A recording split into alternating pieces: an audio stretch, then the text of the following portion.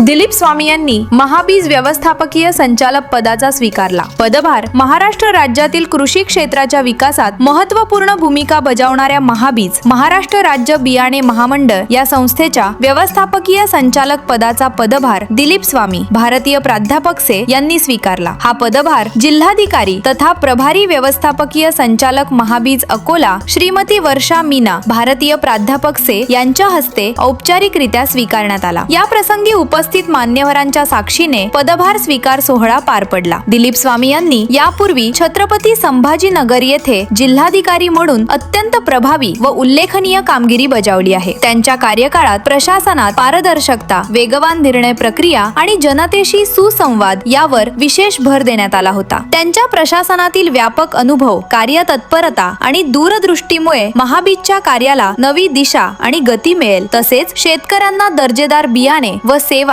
अधिक सक्षमपणे उपलब्ध होतील असा विश्वास व्यक्त करण्यात येत आहे।